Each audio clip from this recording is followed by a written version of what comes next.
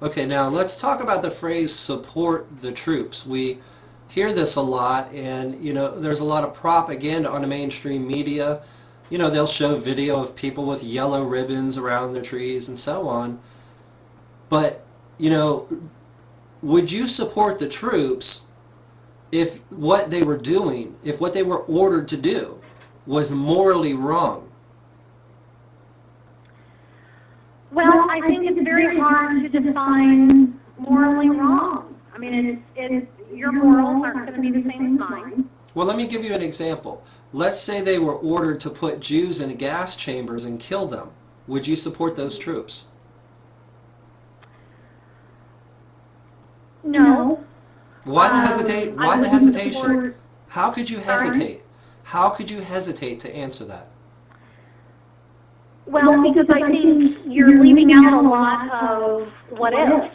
I mean, if someone just came out and said, would you support Muslims being put in Gitmo, we would say no. But if you come and you say, would you support Muslims who have attacked the United States, who have attacked our military, who have attacked our homeland, who have attacked us overseas, would you support putting those Muslims in Gitmo? Your answer changes. But that's not what I said. What I said, would you support troops who are putting Jews into gas chambers? Well, but you never know why. So that's why there was a moment of hesitation. But I mean, there certainly would not be a circumstance where something like that would be supported by myself or by many. I mean, that's one thing when I've been to Germany several times, and the one thing that always flabbergasts me is how, if you go to Dachau or to any of the internment camps, to any of the death camps, they're literally right up against the road. I mean, these fences were right up against the street. It's not like they were back in the woods and hidden from view.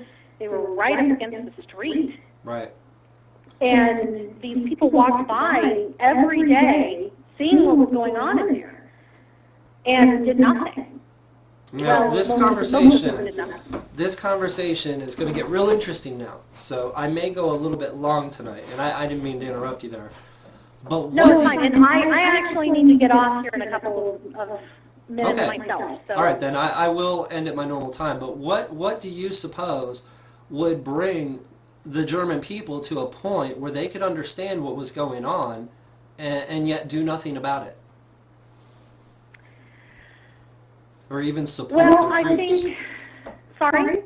I said, or even support their troops. They supported the troops. The same as people in the United States now say support the troops. The Germans supported their troops while they were putting people into gas chambers, and a lot of them knew about it. Yeah. I do think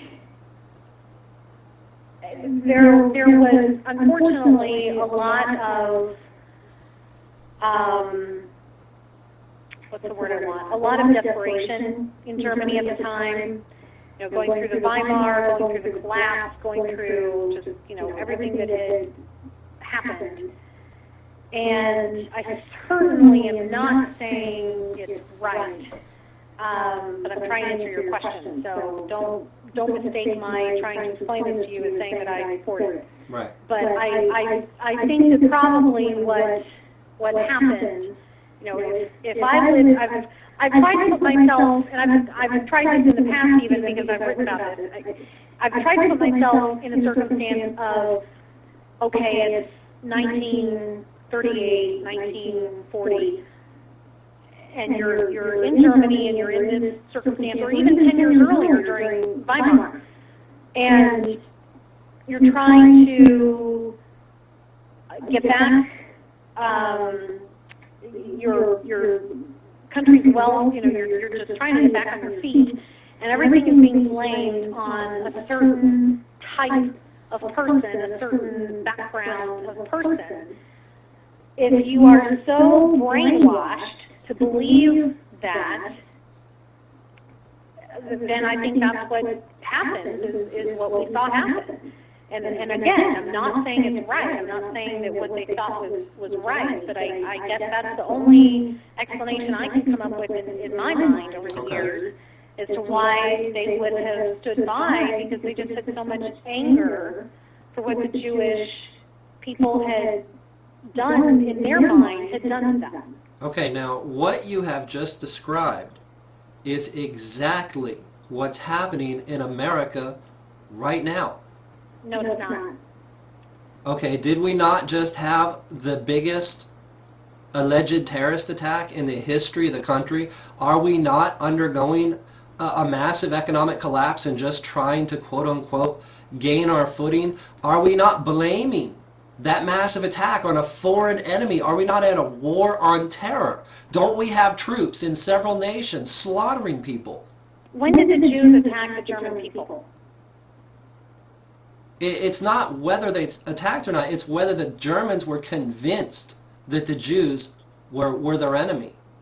I can be convinced that there are unicorns living outside of my house. That doesn't mean it's true.